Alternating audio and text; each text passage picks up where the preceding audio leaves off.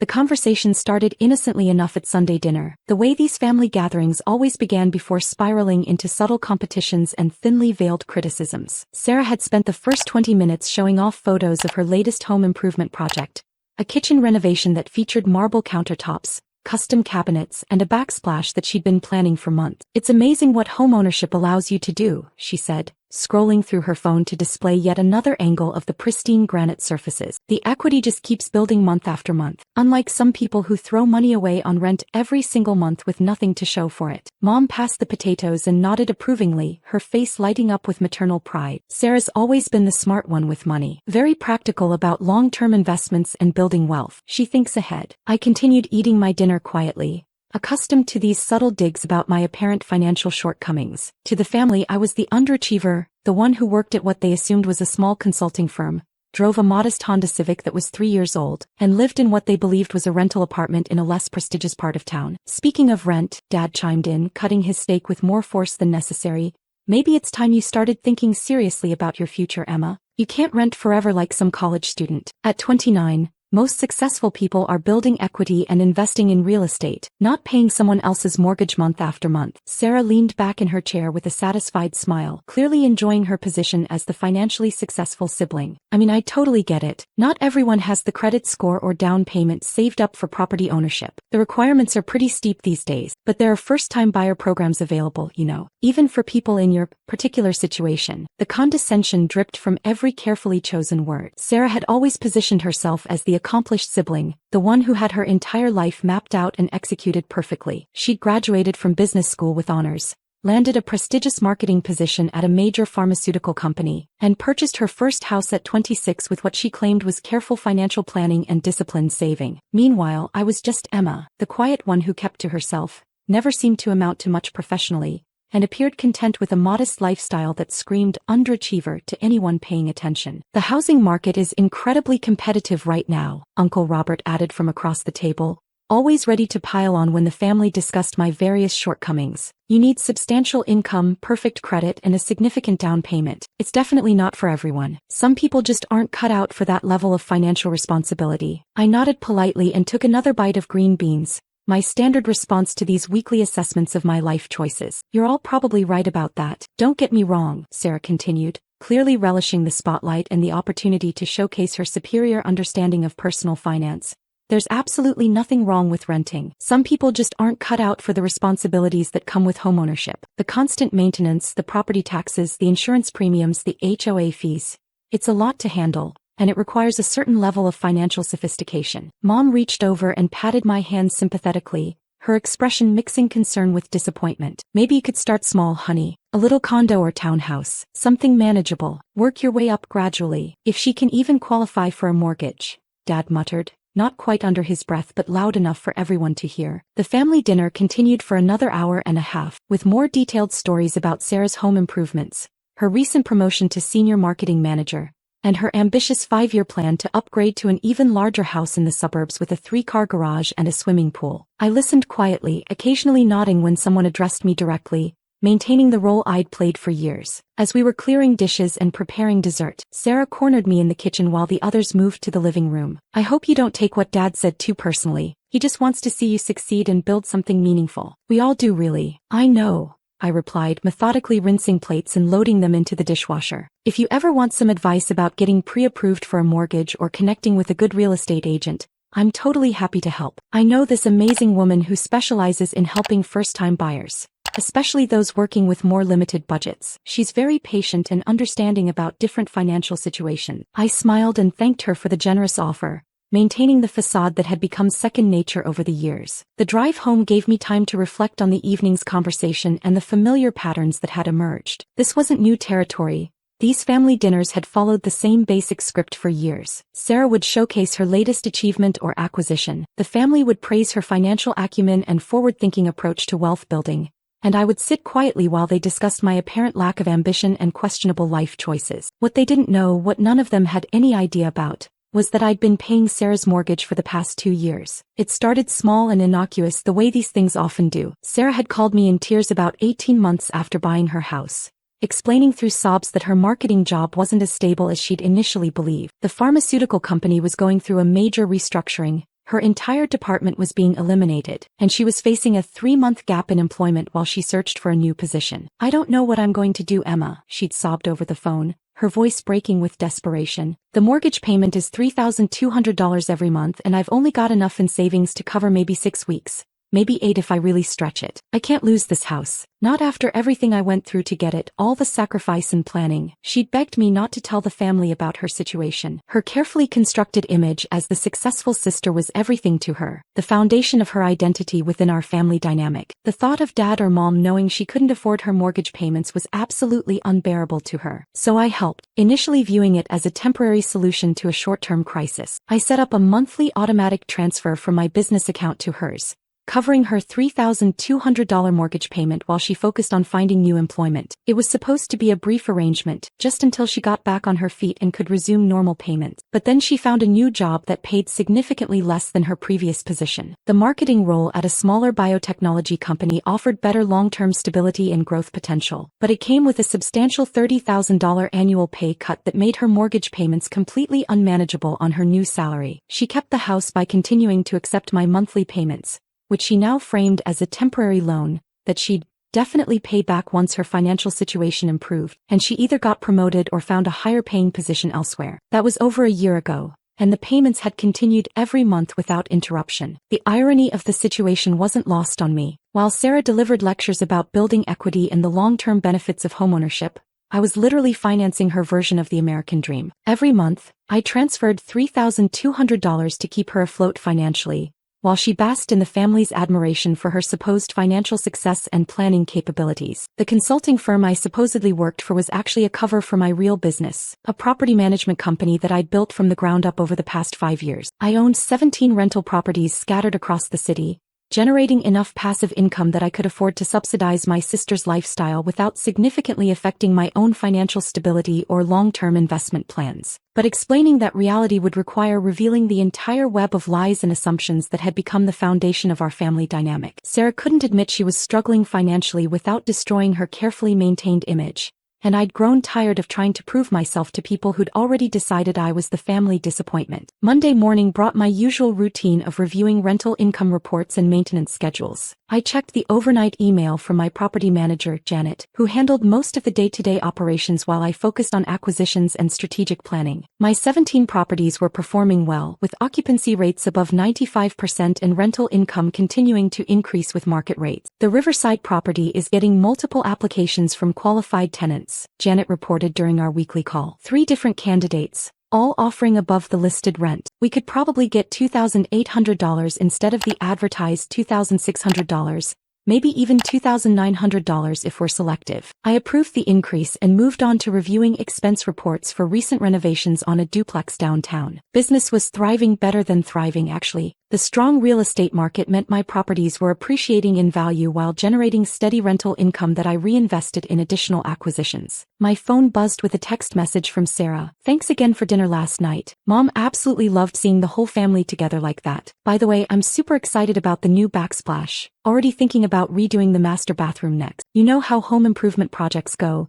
There's always something else to update." Smiling face with smiling eyes. I stared at the message for a long moment, processing the casual tone and the mention of another expensive renovation project. The bathroom upgrade would probably cost another $15,000 to $20,000, money she didn't have, that would inevitably be financed through credit cards or personal loans that she'd struggle to repay on her reduced salary. That evening, I made a decision that had been building in my mind for months. I called Janet first, my voice steady and businesslike. "I need you to stop processing the monthly payment from Sarah Matthews for the Riverside property, effective immediately. The $3,200 monthly transfer that's been coming through automatically? Are you sure about this? I can set up a different payment method if there's an issue with the current banking setup." "No," I said firmly, my decision crystallizing as I spoke. "Stop accepting any payments from her entirely, starting next month." Janet was confused but maintained her professional demeanor. "Understood completely. Should I send formal notice about the payment discontinuation?"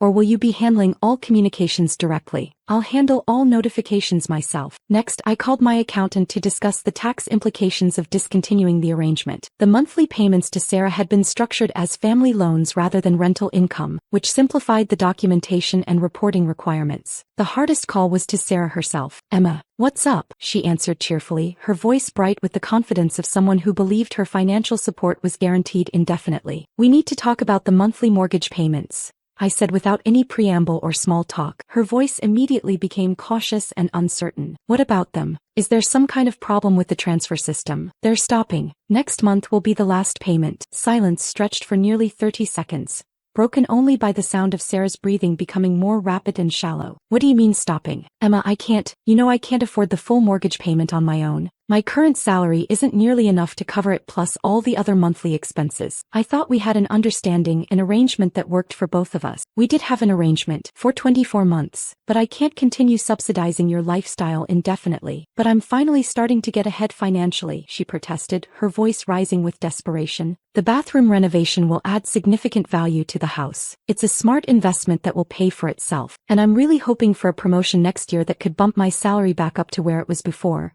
Maybe even higher." I listened patiently as she explained why this particular moment wasn't good timing, how she just needed a few more months to get everything properly sorted out and stabilized. The same explanations and promises I'd been hearing for 24 consecutive months. "Sarah, I can't keep subsidizing your mortgage while you lecture me about financial responsibility and the importance of building equity." "What are you talking about? I never lecture you about money or anything like that. Last night at dinner, you spent over an hour explaining why I should buy property and build equity instead of throwing money away on rent every month." Another long pause as the implications sank in. "That's completely different though. I was just trying to be supportive and helpful. Give you some friendly advice based on my own experience. Advice about homeownership and building wealth, while I pay your mortgage every month." Her voice became smaller and more defensive. "I appreciate everything you've done for me. I can't lose this house, Emma. It would absolutely destroy me professionally and personally. And if the family found out that I've been struggling financially, that I couldn't actually afford this place on my own, that's not my problem to solve anymore." The conversation ended badly, with Sarah crying and making increasingly desperate promises about revised repayment schedules and more realistic timelines for financial independence. I felt guilty about her distress but also relieved that the charade was finally ending. The pretense had gone on far too long. 3 days later,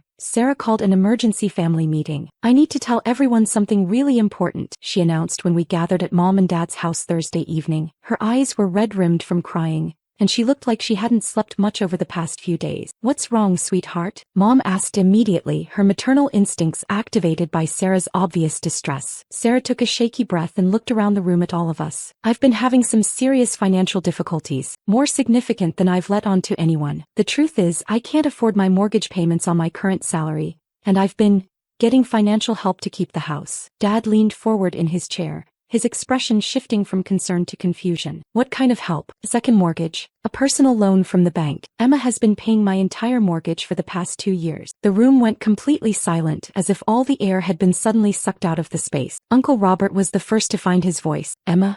Emma?" "The one who?" I nodded calmly, meeting his incredulous stare. "The monthly payments were $3,200. I've been covering her complete housing costs since she lost her first job after buying the house." "But you don't even," Dad started, then stopped himself as he realized what he was about to say. "Own property, have a successful career, make enough money to help anyone else." I filled in the blanks he was struggling with. "Right." Mom looked completely bewildered, as if the fundamental assumptions about our family had suddenly been turned upside down. "How could you possibly afford to pay Sarah's mortgage? Your job at that little consulting firm?" "My consulting firm manages $12 million in residential real estate assets. I personally own 17 rental properties throughout the city. Sarah's mortgage payment represents approximately 8% of my monthly rental income." The revelation hit the room like an explosion. Sarah was crying quietly, embarrassed by the public exposure of her financial dependence. Dad's face had gone through several distinct color changes as he processed the information that completely contradicted everything he thought he knew about my financial situation. 17 properties? Uncle Robert repeated weakly, as if saying the words might make them make more sense. "Started with a duplex 5 years ago. Used the rental income to qualify for investor loans on additional properties. Pretty standard wealth building strategy in real estate investment." Janet had prepared a portfolio summary for exactly these kinds of situations. A single page showing property locations, acquisition dates, current market values and monthly rental income. I pulled it from my purse and placed it on the coffee table where everyone could see it. Dad picked up the document with visibly shaking hands. This says your properties are worth over $4.2 million in total. Current market assessment. I confirmed matter-of-factly, though property values have been rising pretty consistently over the past 18 months. So that number is probably conservative. Sarah wiped her eyes with a tissue, her embarrassment now mixed with something that looked like resentment. I never meant for it to go on this long. I kept thinking I'd get a better job or a significant promotion, or something that would let me pay Emma back and handle the mortgage payments myself. Why didn't you tell us Emma was helping you financially? Mom asked, her voice barely above a whisper. Because you all think she's the family failure, Sarah snapped, her embarrassment suddenly turning to defensive anger. Every single family dinner is about how successful I am and how Emma needs to get her life together and start making better choices. How was I supposed to explain that the successful sister needed financial support from the unsuccessful one? The room fell quiet again as everyone absorbed the full implications of what had been revealed. So when you've been giving me advice about building equity and buying property, I said to Sarah, letting the sentence hang in the air. I know exactly how it sounds, she said miserably. I wanted to keep up the image, you know? I worked so incredibly hard to buy that house, and when I couldn't afford it anymore, I couldn't bear to admit failure to everyone. Dad cleared his throat awkwardly. Emma, I owe you a serious apology. We all do. We've been completely wrong about your situation for years. Wrong about a lot of things. I agreed, my voice remaining calm and measured. But why didn't you ever say anything? Mom asked, her confusion genuine. All these years of us thinking you were struggling financially, making assumptions about your career, because it didn't matter what any of you thought about my success. I didn't need your approval or recognition to build a profitable business, but I did get tired of funding Sarah's lifestyle while she lectured me about financial responsibility. Uncle Robert was still staring at the property portfolio document. You've been carrying all of this financial success quietly for years while you what? Made assumptions, offered unsolicited advice, treated me like the family disappointment. I shrugged. Real estate investment isn't particularly dramatic or exciting. You buy properties, maintain them properly, collect rent and reinvest the profits. It's boring and steady, which doesn't make for exciting dinner conversation. Sarah looked up from her tissues. What happens now? With the house, I mean. That's your problem to solve, I said firmly. You have 30 days to figure out how to cover your mortgage payment without my financial support. I can't afford it on my current salary. You know that's impossible. Then sell the house. Downsize to something you can actually afford on your income, or find a way to increase your earnings. But I'm not subsidizing your lifestyle anymore. The family meeting ended with a lot of uncomfortable silence and half-hearted apologies that felt more obligatory than genuine. Dad promised to be more supportive and less judgmental in the future, while Mom insisted she'd always believed in my potential, despite all evidence to the contrary. Uncle Robert asked for investment advice, which felt particularly ironic given his previous commentary about my financial prospects. Over the following weeks, Sarah explored her limited options with growing desperation. She listed the house for sale and started looking at smaller condos and townhouses that would fit within her actual budget. The elaborate bathroom renovation plans were quietly abandoned, along with several other home improvement projects she'd been planning. The hardest adjustment for her seemed to be accepting the reality of living within her actual means. For 2 full years,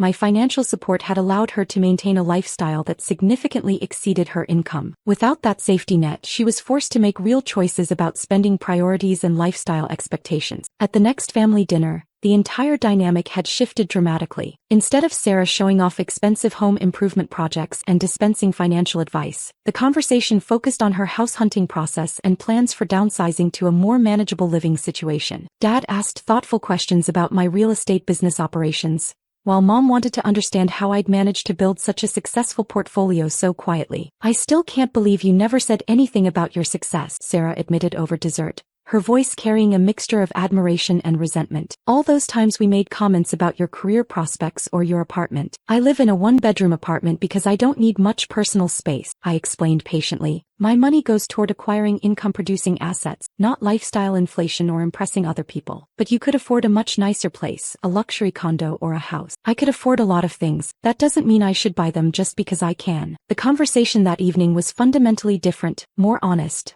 less performative, with genuine curiosity replacing the previous pattern of subtle competition and judgment. Sarah was still adjusting to her new financial reality, but she seemed somewhat relieved to drop the exhausting pretense of effortless success. A month later, she found a qualified buyer for her house and purchased a smaller condo that fit comfortably within her actual budget. The equity from the sale paid off her accumulated credit card debt and provided a modest emergency fund for future unexpected expenses. "It's actually really nice," she told me when I helped her move into the new place. "Smaller, obviously, but I don't have to constantly worry about affording the monthly payments. And no more pretending to be something I'm not financially." The family dynamics continued to evolve gradually. Dad started asking for my opinion on financial matters and investment strategies, while Mom seemed genuinely interested in understanding how I'd built my business so successfully. Uncle Robert, perhaps most transformed by the revelation, had become almost deferential in his interactions with me. But the biggest change was in my relationship with Sarah. Without the financial dependence and the constant need to maintain false appearances, we could finally be completely honest with each other about our respective situations. She was working diligently on rebuilding her financial stability and independence, while I was learning to be more open about my successes and long-term goals. The Sunday dinners became more balanced conversations, with everyone contributing their perspectives rather than one person dominating with carefully curated achievement stories. Sarah talked openly about her job search for a position with better compensation, while I shared updates about property acquisitions and market trends. "I still feel absolutely terrible about all those years of taking your money while simultaneously criticizing your life choices," Sarah said during one of our private conversations several months later. "It taught me something valuable," I replied thoughtfully. "Family support shouldn't come with strings attached or expectations, but it also shouldn't enable people to avoid facing reality indefinitely." Looking back, the 2 years of secret financial support had been both manageable from a business perspective and emotionally exhausting on a personal level. I'd gained important insights into the difference between helping someone through a genuine temporary crisis and subsidizing their permanent lifestyle choices that exceeded their actual means. Sarah's house sale closed on a Tuesday afternoon in November. That evening, she sent me a text message. "First mortgage payment on the condo, paid entirely from my own account. Feels absolutely amazing. Thank you for everything you did and for finally saying no when you needed to." The message felt like closure on a chapter that had defined our relationship for far too long. Sarah was learning to live authentically within her means, while I was learning to set appropriate boundaries that protected both my financial resources and my emotional well-being. The family had adjusted to a completely new understanding of everyone's actual circumstances and capabilities. No more assumptions about success or failure based purely on outward appearances or lifestyle choices. No more lectures about financial responsibility from someone who couldn't afford their own supposedly successful lifestyle. Most importantly, no more monthly transfers to maintain someone else's carefully constructed illusion of prosperity while being treated as the family disappointment who couldn't get her life together. That felt definitely worth celebrating.